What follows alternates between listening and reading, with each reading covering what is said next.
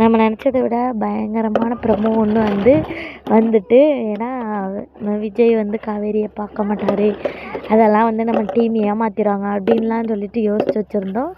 ஆனால் அன்எக்ஸ்பெக்டடாக உங்கள் teacher miss இவங்க தானான்னு பார்த்து சொல்லுன்னு சொல்லிட்டு அப்பாவே பிள்ளைகிட்ட கேட்கும்போது, இவங்க தான்ப்பா எங்கள் ஸ்கூல் மிஸ்ஸு அப்படின்னு சொல்லிட்டு பாப்பா ஒரு அதிர்ச்சியான விஷயத்த சொல்லவும், நம்ம தாத்தாக்கிட்டேயும் விஜய்கிட்டேயும் போயிட்டு தாத்தா கிட்ட விஜய் கேட்குறாங்க, என்ன நீங்கள் சொன்னது உண்மைதானா, உண்மையிலே காவேரி இறந்து போயிட்டாங்களா அப்படின்னு சொல்லிட்டு கேட்குறாங்க.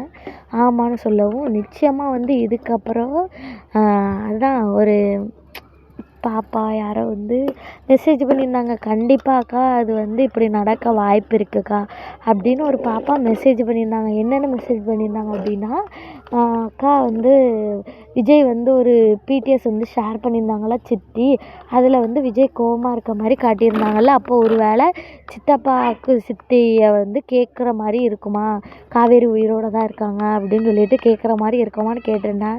எப்படி எக்ஸாக்டாக கேட்டாங்கன்னு எனக்கு தெரியல. அப்படியே ஆனால் நிறைய விக்கா ஃபேன்ஸ் அப்படியே விக்காவுக்கு என்ன நடக்க போகுது அப்படின்னு அவங்களுக்கே தெரிஞ்சிருக்கும் போல இருக்குது. நிறைய பேர் கமெண்ட்ஸ் எல்லாம் அப்படியே உண்மையாக இருக்குது.